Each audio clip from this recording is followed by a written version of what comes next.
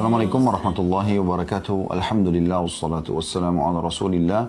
Segala puji dan puja kehadirat Allah Subhanahu wa taala, juga salawat dan taslim kepada Nabi besar Muhammad sallallahu alaihi wa ala alihi wa sahbihi wasallam.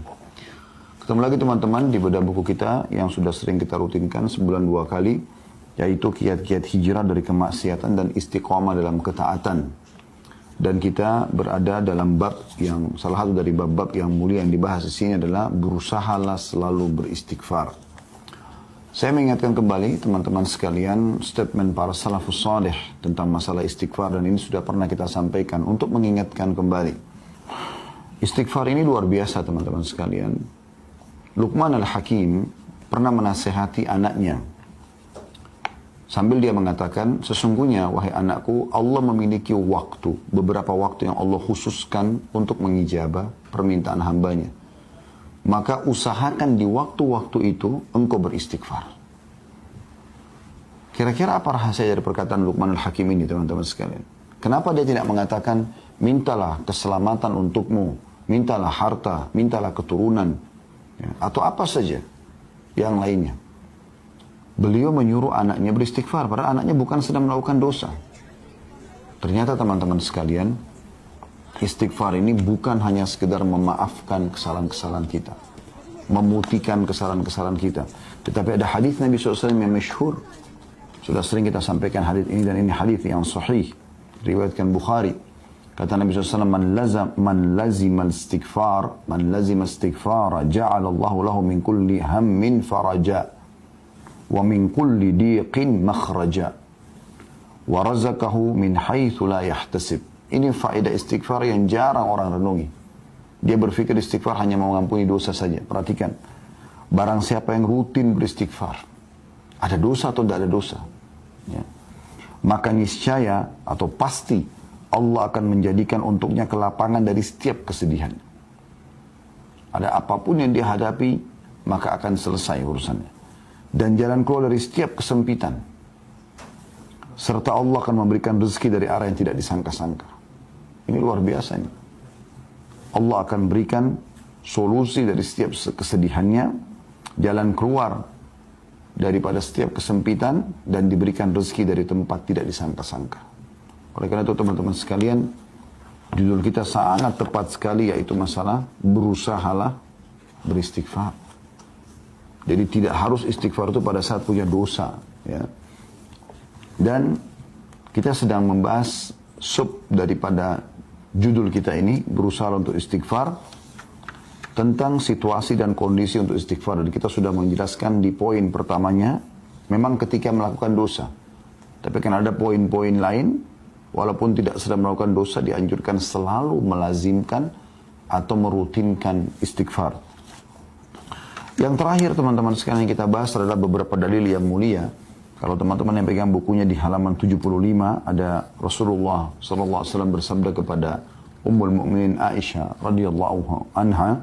Ini pengulangan ya, mereview apa yang terakhir kita pelajari. Ya Aisyatu, in kunti almamti bi dzambin fastaghfirillah, fa inna at-taubata min adz-dzambi nadamu wal istighfar. Wahai Aisyah, jika kamu telah melakukan dosa, maka mohon ampunlah kepada Allah. Sebab sesungguhnya taubat dari dosa adalah penyesalan dan beristighfar. Hadis ini riwayat Ahmad. Pernah juga satu kali Aisyah berkata, radhiyallahu anha, tentu tidak disebutkan dalam buku kita, ini tambahan saja. Dia mengatakan, pada saat saya melihat Rasulullah SAW lagi sangat nyaman, maka saya mengatakan, ya Rasulullah, berdoalah untukku. Maka kata Nabi SAW, ya Allah, ampunilah seluruh dosa Aisyah yang pernah dilakukan, yang lalu, dan yang akan datang. Apapun yang dia sembunyikan, apapun yang dia terang-terangkan. Maka Aisyah pun tersenyum, bahkan dia sempat tertawa gembira, sampai-sampai dia meletakkan dahinya di tanah. Maka Nabi SAW mengatakan, apa kau gembira dengan doaku? Kata Aisyah, tentu ya Rasulullah. Artinya doa Nabi diijabah, dan belum Aisyah melakukan sudah dimaafkan.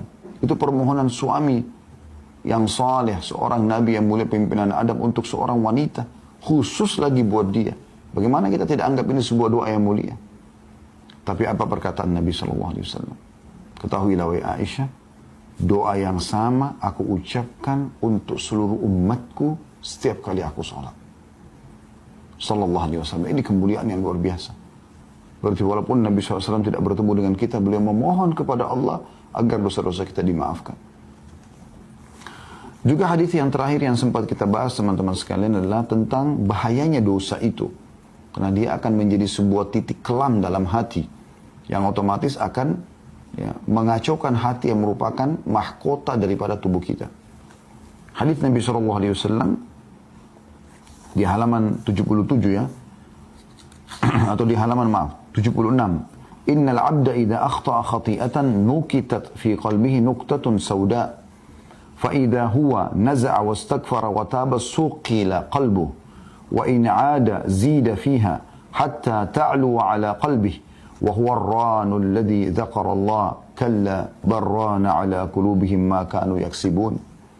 Sesungguhnya seorang hamba bila melakukan satu kesalahan atau dosa, maka dalam hatinya terbentuk satu bercak hitam.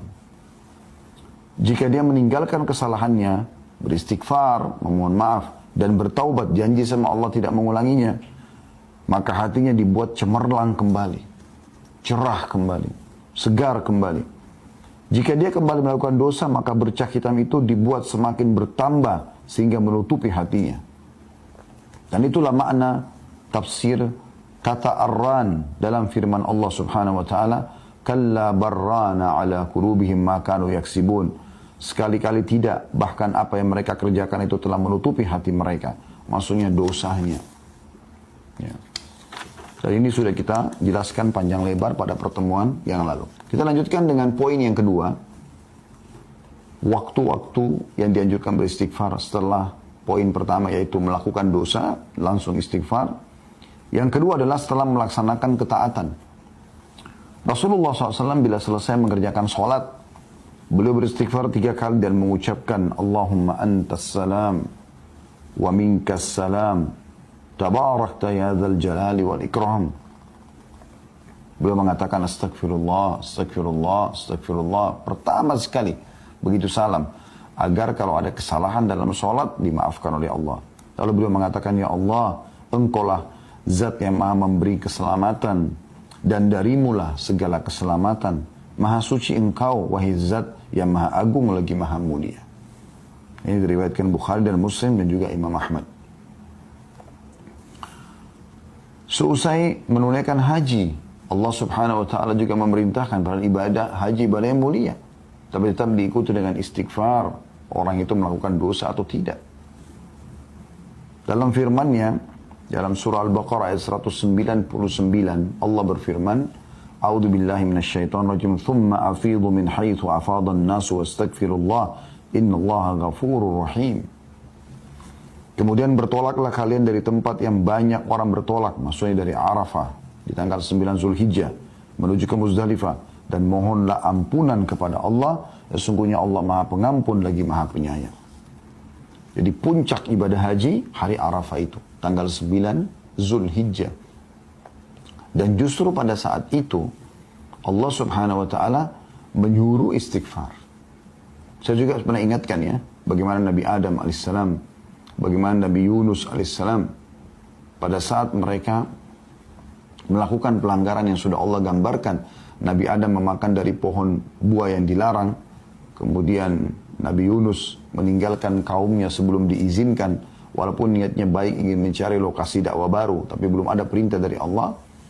Maka mereka bukan minta kepada Allah, bukan Nabi Adam minta agar dikembalikan ke surga, dikembalikan fasilitasnya, bukan juga Nabi Yunus minta dikembalikan kepada kaumnya.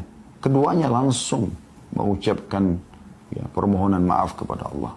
Nabi Adam AS mengatakan, Rabbana zalamna anfusana, ya Allah, kami telah menzalimi diri kami dengan pelanggaran ini. Wa in lam taghfir lana wa tarhamna lanakunanna minal khasirin. Kalau kau tidak maafkan kami, memaafkan kami, ya. Wa in lam taghfir wa tarhamna, dan kau kasihani kami, lanakunanna minal khasirin, kami pasti akan termasuk menjadi orang-orang yang rugi. Kemudian Nabi Yunus AS mengatakan apa? La ilaha illa anta subhanaka inni kuntu minadh dhalimin. Tidak ada Tuhan yang berhak disembah, tidak ada tempat saya bergantung, ya Allah, sesungguhnya aku termasuk orang-orang yang zalim. Tapi aku mengakui kesalahanku. Seusai wudu disyariatkan juga membaca subhanakallahumma wa bihamdika asyhadu an la ilaha illa anta astaghfiruka wa atubu ilaik. Maha suci engkau ya Allah dan segala puji bagimu. Aku bersaksi tiada Tuhan yang berhak disembah kecuali engkau. Aku beristighfar dan bertaubat kepadamu. Ini mirip dengan doa kafaratul majlis ya. Pada saat dari majlis juga begitu. Intinya disuruh memohon ampun. Begitu juga seusai melaksanakan qiyamul lail, sholat yang mulia. Dianjurkan Allah menyifati hamba-hambanya yang suka sholat malam ini. Semoga Allah jadikan kita mereka. Dengan firman-Nya dalam surah Al-Imran ayat 17. A'udzu billahi minasyaitonir rajim wal mustaghfirina bil ashar. Dan orang-orang yang setelah mereka sholat malam mereka suka memohon ampun pada waktu sahur atau sebelum fajar. Saya ingatkan kembali, istighfar bukan hanya diucapkan kalau dosa sedang terjadi. Ini penting. Saya sudah bacakan tadi hadis yang sahih. Man lazimal istighfar, ja'alallahu lahu min kulli hammin faraja.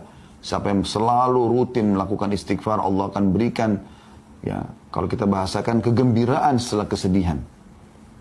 Wa min kulli diqin makhraja, dan dari setiap kesempitan jalan keluar. Warazakahullah min haitsu lam yahtasib, dan Allah akan berikan dia rezeki dari tempat dia tidak sangka-sangka. Jadi istighfar mendatangkan rezeki, istighfar memberikan kegembiraan pada saat kita sedang sedih, istighfar akan memberikan solusi dari permasalahan yang sedang kita hadapi. Ada seorang diceritakan di Pakistan, ya, ini kisah dinukil oleh Syekh Hasan bin Ahmad bin Hasan, ya. Kebetulan beliau tulis buku tentang keajaiban sedekah dan istighfar. Di kisah beliau terakhir di buku itu saya sempat baca, dia cerita tentang ada seorang di Pakistan terjadi gempa dan dia menceritakan kisahnya. Pada saat dia sedang selesai sholat, kemudian dia ingin rebahan di malam hari, tiba-tiba terjadi gempa. Dan itu hitungan menit saja. Bahkan tiba-tiba dinding-dinding rumah retak, atap-atap mulai rubuh. Dan orang ini mengatakan, saya tidak tahu harus berbuat apa lagi. Tapi akhirnya lisannya diilhamkan oleh Allah untuk mengatakan istighfar. Astagfirullah, astagfirullah. Sudah pasrah saja. Karena nggak mungkin lari. Lagi berubuh, lagi runtuh bangunan tersebut. Maka setelah selesai gempa itu dalam hitungan menit, subhanallah, rumah semua runtuh, kecuali atap yang dia ada di bawahnya. Hanya itu yang bertahan dengan sedikit tembok yang menahannya.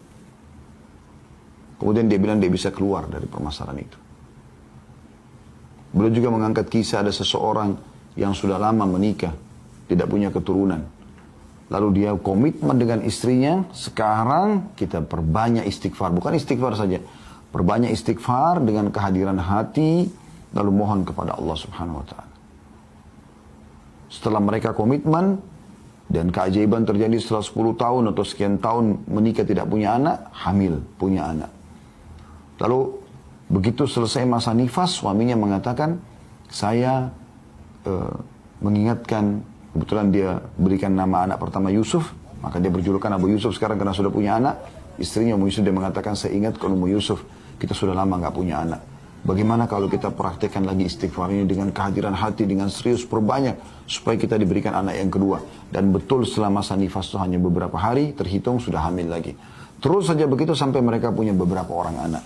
Sampai waktu sudah punya anak sekian banyak, ya, sempat Ummu Yusuf mengatakan, kita berhentikan dulu amalan ini. Bukan berhentikan istighfarnya, maksudnya istighfar khusus untuk minta keturunan. Biarkan anak-anak kita besar dulu. Setelah mereka besar sedikit, kemudian dia pun ya, memohon lagi kepada Allah dan hamil lagi istri. Selama itu bukan bentrok dengan sunnatullah, peraturan yang Allah buat teman-teman sekalian, seperti misalnya Anda istighfar minta supaya malam hilang, itu nggak mungkin terjadi karena itu sunnatullah, peraturan Allah yang tidak mungkin berubah. Atau Anda memohon istighfar kepada Allah agar jenis kelamin laki-laki kalau Anda perempuan hilang, nggak mungkin, sudah sunnatullah, nggak mungkin. Atau hilang tidak ada kematian, nggak mungkin. Gitu. Selama bukan bentrok sama sunnatullah, maka tidak ada yang mustahil bagi sang pencipta Allah. Berita gembira bagi Anda yang belum punya keturunan, yang belum punya pasangan, yang terlilit utang, yang selalu merasa kesedihan. Ya. yang masih kena sihir dan belum sembuh, yang semuanya istighfar. Tapi istighfar yang benar-benar tutup mata Anda, renungi, ya. Terus ikhlaskan niat astaghfirullahaladzim alladzi la ilaha illa huwal hayyul qayyum wa atubu ilaih. Saya pribadi teman-teman pernah duduk di Madinah pada saat kami mau ujian. Itu saya duduk sambil coba baca pelajaran, belum faham-faham teman-teman. Kemudian saya tiba-tiba mengingat dulu ada satu dosen tingkat 2 kuliah di dakwah waktu itu. Kemudian dia mengatakan atau kita pelajari hadis termasuk dengan sanad-sanadnya, yang siapa yang membaca astaghfirullahaladzim alladzi la ilaha illa huwal hayyul qayyum wa atubu ilaih, ada sifat Allah al-hayyul qayyum yang maha hidup dan terus menerus mengurus makhluknya, maka akan diampuni dosanya walaupun sebanyak buih di lautan. Subhanallah, saya berapa kali baca gak faham-faham dan tidak konsentrasi, pecah konsentrasi. Sebentar berdiri ngambil air zam-zam, sebentar kembali lagi, sebentar tersibukkan dengan mengkonsumsi ada cemilan yang saya bawa. Sebentar saya sempat menghayal sejenak, ini kok nggak fokus ya. Maka saya coba baca istighfar ini teman-teman. Sekali saya baca, dengan saya niat renungi, belum terasa apa-apa.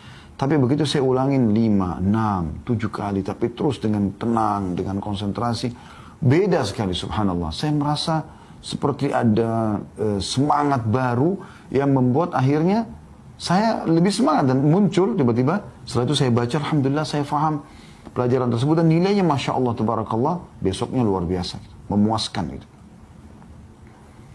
Jadi ini luar biasa teman-teman sekalian. Jadi memang istighfar itu bukan hanya sekedar memaafkan, bukan hanya sekedar pengakuan penyesalan, permohonan maaf kepada Allah pada saat kita berdosa, tapi memang untuk memberikan solusi dari setiap permasalahan kita. Bahkan Nabi SAW mengatakan tadi, memberikan rezeki dari tempat tidak disangka-sangka. Ya. Kemudian beliau mengatakan juga Allah memerintahkan kepada nabinya sallallahu alaihi wasallam, Nabi Muhammad SAW, di akhir dakwah beliau dalam menyebarkan agama Allah dan kesungguhan beliau di jalannya untuk beristighfar. Nabi Muhammad SAW sudah berdakwah, sudah dengan pengorbanan luar biasa, Allah tetap suruh ikutkan dengan istighfar. Jadi istighfar sekali lagi, saya ulangi, bukan hanya sekedar kalau kita berbuat dosa, tapi rutinkan, berusaha agar selalu istighfar setiap saat. Karena manfaatnya besar sekali.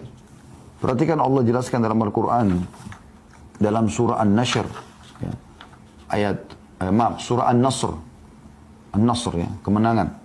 Ayat 1 sampai ayat 3. A'udzubillahi minasyaitonirrajim. Idza ja'a nasrullahi wal fath wa ra'aitan nasa yadkhuluna fi dinillahi afwaja fasabbih bihamdi rabbika wastaghfirhu innahu kana tawwaba. Ya. Yang artinya apabila telah datang pertolongan Allah dan kemenangan, apabila telah datang pertolongan Allah dan kemenangan, dan engkau melihat Muhammad manusia berbondong-bondong masuk agama Allah, maka bertasbihlah ya, kepada Tuhanmu dengan memuji Tuhanmu dan memohon ampunlah, istighfarlah, sesungguhnya Dia Maha menerima taubat hamba-hambanya. Ibnu Qayyim rahimahullah berkata, orang-orang yang mempunyai tekad dan basirah ya, lebih sering beristighfar, maksudnya petunjuk dari Allah ini, lebih sering beristighfar setelah melaksanakan amalan-amalan ketaatan, karena mereka melihat kekurangan diri mereka dalam menjalankan ketaatan-ketaatan itu, dan tidak mengerjakan amalan-amalan tersebut karena Allah sebagaimana yang layak bagi kemuliaan dan keagungannya.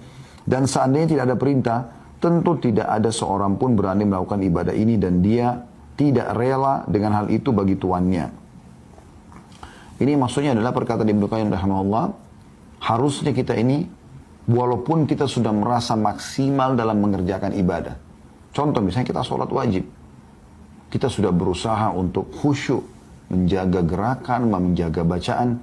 Tapi setelah salam, yang pertama diucapkan, istighfar. Tadi sudah kita sebutkan itu.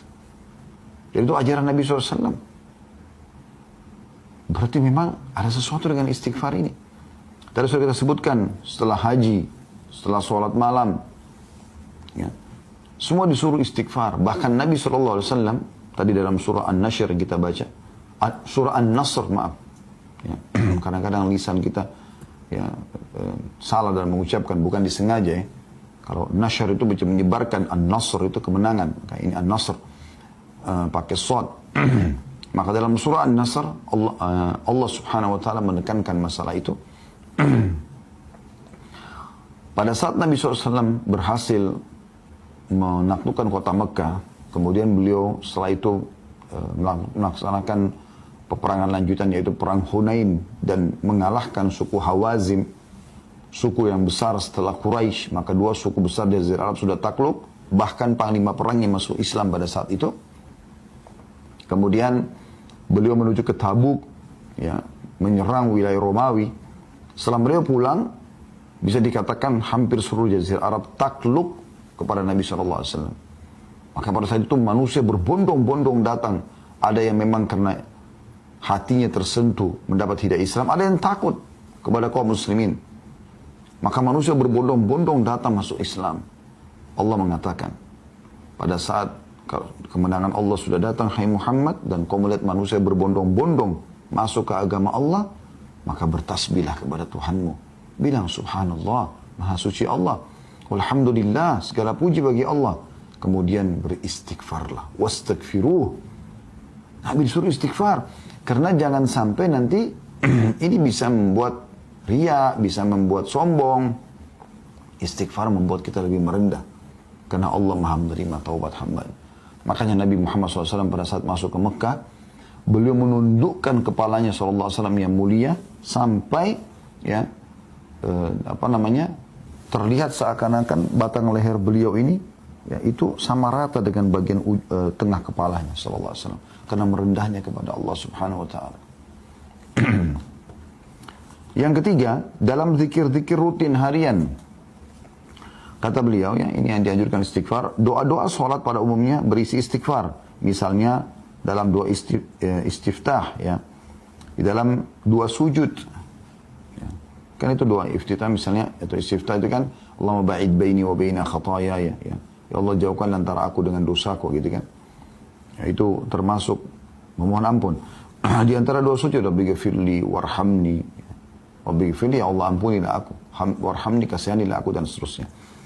Dalam ruku dan sujud ada subhanakallahumma bihamdika Allahumma gfirli. Ini salah satu doa ruku yang sama juga dengan doa sujud. Maha suci engkau ya Allah, ampunilah dosa-dosaku, gitu kan. Ketika Abu Bakar radhiyallahu anhu memohon atau meminta kepada Nabi SAW agar mengajarinya doa yang akan dia ucapkan dalam sholat khusus, Abu Bakar minta doa khusus, ya Rasulullah, saya minta doa khusus dari Anda, saya baca dalam sholat saya. Lalu Nabi SAW memerintahkan membaca Allahumma inni zalamtu nafsi zulman kathiran wa la yakfiru dhunuba illa ant faghfirli min indika warhamni innaka antal ghafurur rahim. Ya Allah, sungguhnya aku telah banyak berbuat kezaliman, dosa maksudnya, kepada diriku, dan tidak ada yang mengampuni dosa-dosa selain engkau.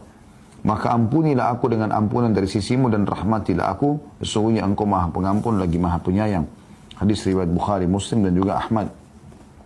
Artinya hadis ini hadis sahih. Para Abu Bakar waktu itu bukan sedang melakukan dosa.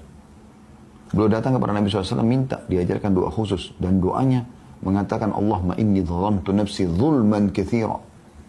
Ya Allah, aku telah menzalimi diriku dengan kezaliman yang banyak. Para Abu Bakar bukan radhiyallahu anhu melakukan dosa pada saat itu. Ya.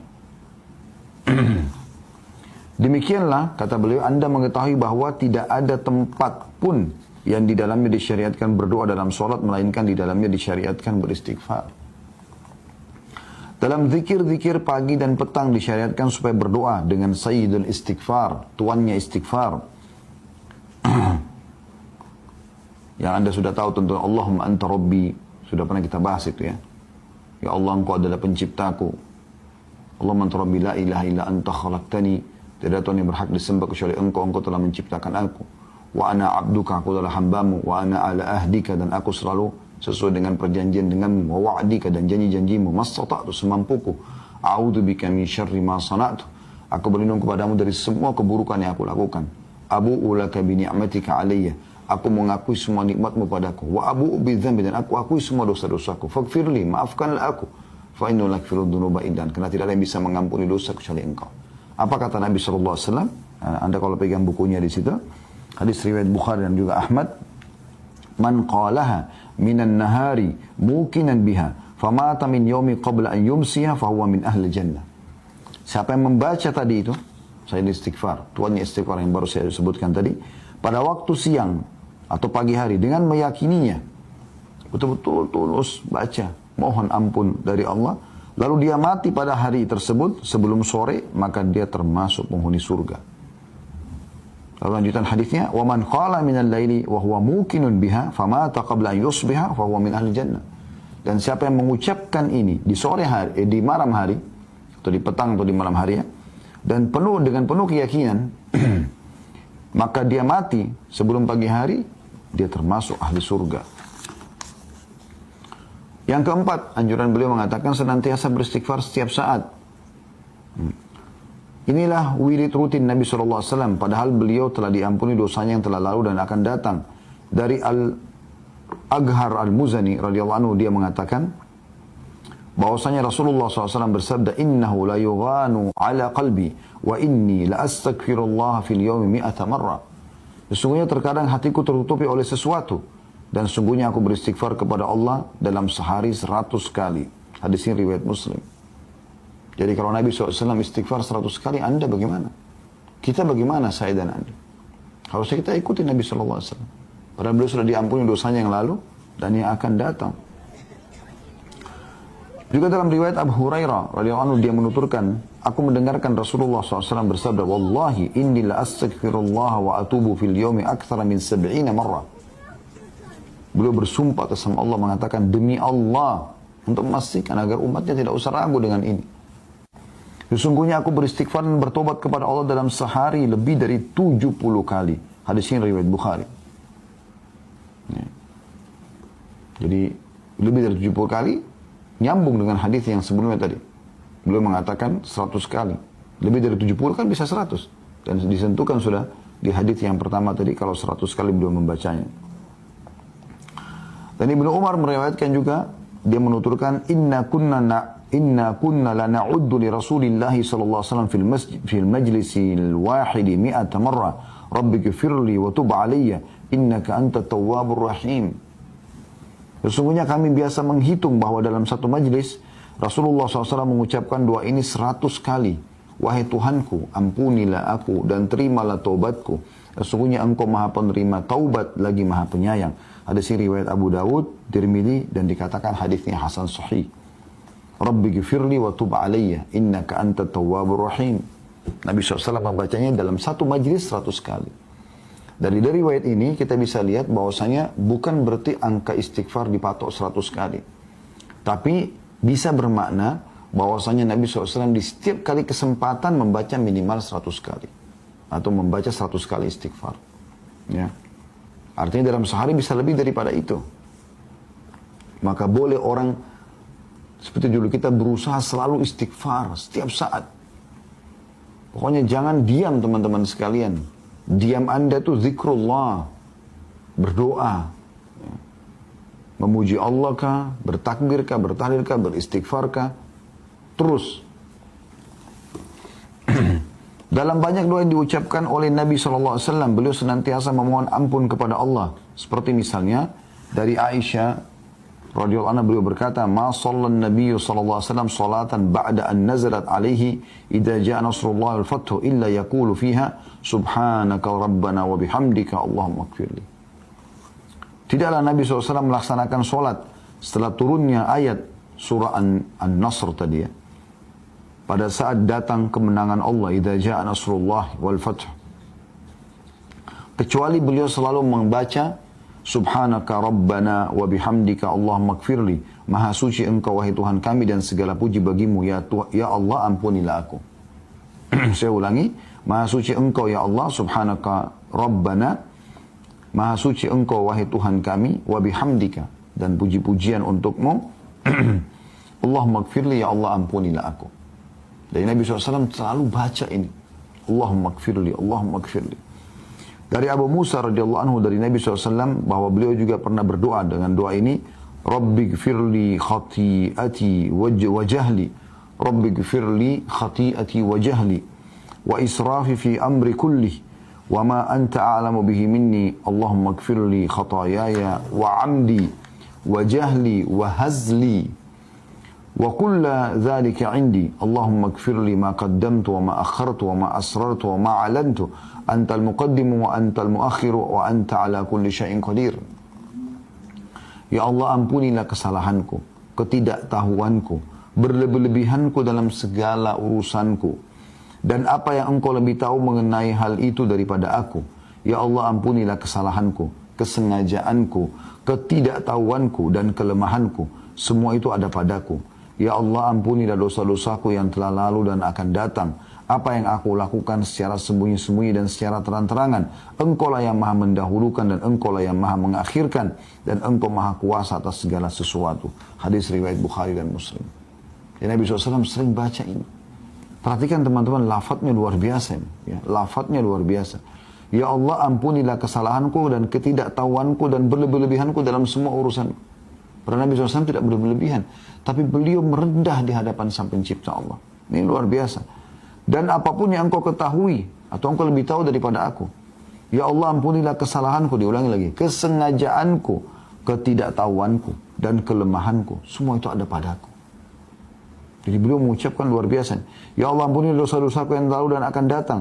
Perhatikan, memohon maaf bukan cuma yang lalu, yang akan datang pun kita minta. Serta yang aku lakukan sembunyi-sembunyi dan terang-terangan.